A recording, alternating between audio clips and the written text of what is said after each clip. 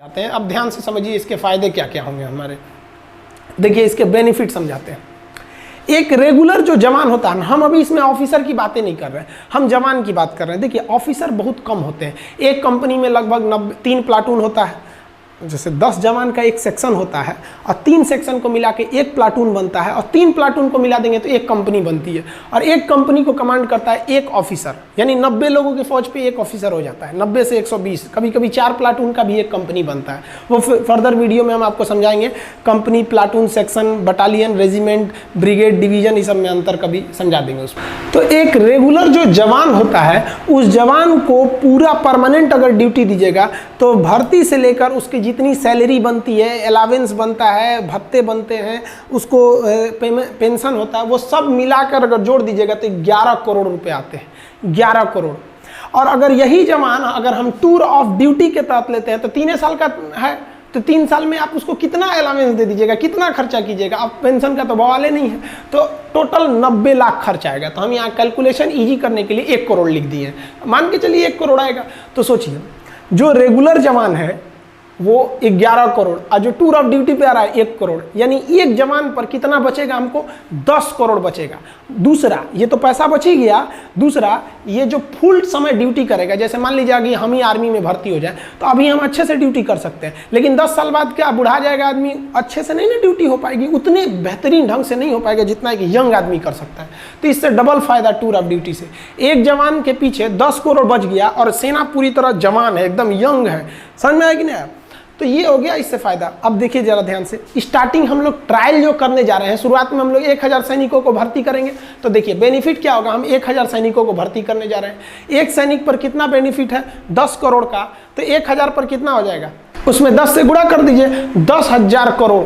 10,000 करोड़ की बचत आ जाएगी, क्योंकि एक सैनिक पर हमारा बचत हो रहा है 10 करोड़ का। तो 1000 सैनिकों पर बचत कितना हो जाएगा, इसमें 10 से गुणा करेंगे तो 10,000 करोड़ का बचत हो जाएगा हम लोग को।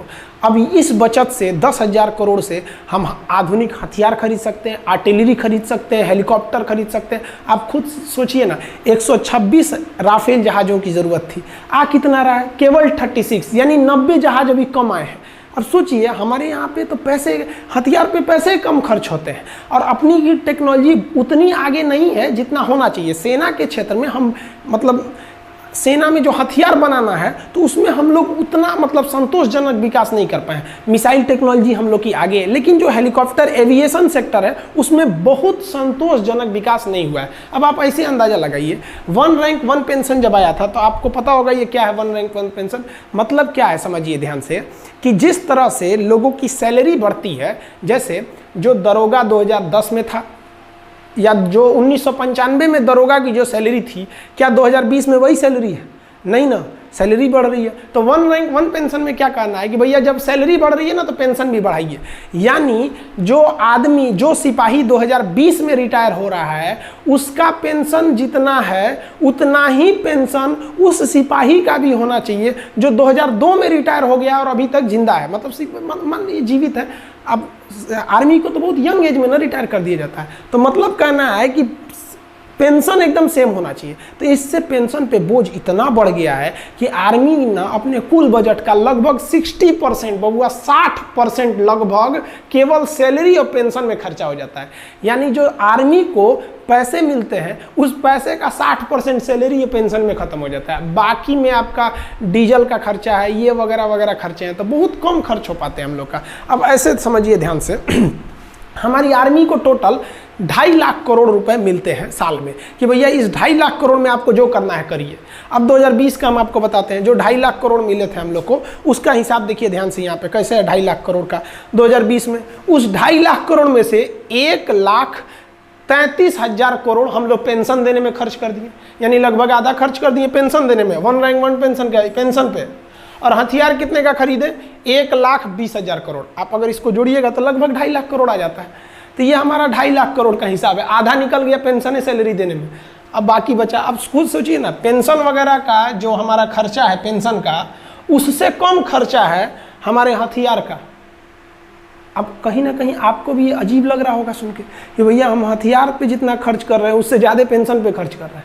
तो ये टूर ऑफ ड्यूटी है, इसके पीछे भले ये तर्क दिया जा रहा है कि आर्मी जवान रहेगी, सेना जवान रहेगी। ये तर्क दिया जा रहा है कि युवाओं में जो राष्ट्रवाद है, जो देश प्रेम है, उसका सही उपयोग होगा।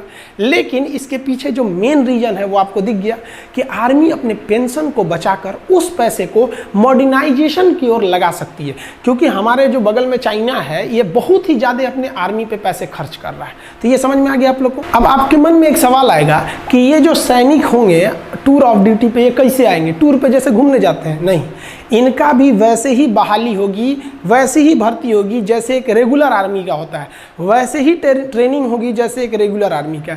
यानी अगर कोई जवान खड़ा है तो आप देख के नहीं कह सकते हैं कि टूर ऑफ ड्यूटी का है कि ये परमानेंट है। फिर आप उसके आई कार्ड को देखना पड़ेगा, उसका सर्विस रिकॉर्ड देखना पड़ेगा कि कौन सा ये जवान है, तब पता करेंगे। ट्रेनिंग भी एक ही जगह पर होगी, सैलरी भी एक मिलेगा, हर चीज़ एक रहेगी।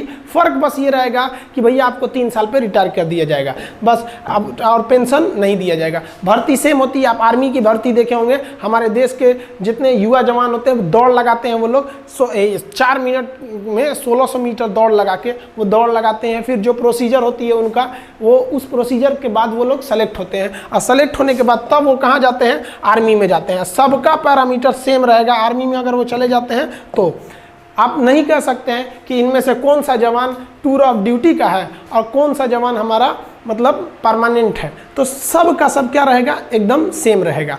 आप समझ में आ गया आप लोग को कि ये टूर ऑफ ड्यूटी मेनली किसके लिए किया जा रहा है कि भैया हम अपने पेंशन पे हो रहे खर्च को कंट्रोल कर सके और अपनी सेना को मॉडर्न टेक्नोलॉजी दे सके। जैसे हमारे सैनिकों का बैलिस्टिक हेलमेट नहीं रहता है, इंफ्रारेड रिकॉग्नाइजर नहीं रहता है, अभी भी हम लोग इंसास राइफल लेके चल रहे हैं लोग।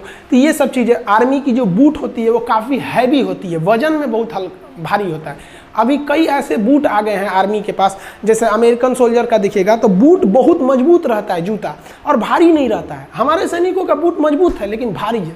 तो भैया उसके लिए क्या चाहिए? पैसे चाहिए। तो हम लोग का आधा पैसा तो सैलरी पेंशन पे ख़त्म कर दे रहे हैं। तो आई होप आप समझ गए होंगे टूर ऑफ आर्मी का। बाकी आर्मी में हथियार वगैरह कौन से होते हैं, कैसे आप देख सकते हैं, देख के कैसे पहचान जाएंगे कि AK-47 है कि SLR है कि 303 है कि इंसास है, पिस्टल, माउजर, इस सब में क्या क्या डिफरेंस होता है, इस सब के बारे में हम आपको वीडियो बना देंगे। बहुत से लड़के कर रहे हैं प्लेलिस्ट बनाने के लिए, तो उसको भी बना देंगे। और प्लेलिस्ट में हम आपको डिफेंस में आपको हर एक चीज़ हथियार वगैरह के बारे में भी समझा देंगे, ताकि युवाओं के प्रति एक जिज्ञासा रहती है कि हमारी आर्मी क्या कर रही है। आई होप आप समझ गए होंगे। समझ में आया? एक सैल्यूट हमारे भारत के वीर जवानों के लिए। जय हिंद।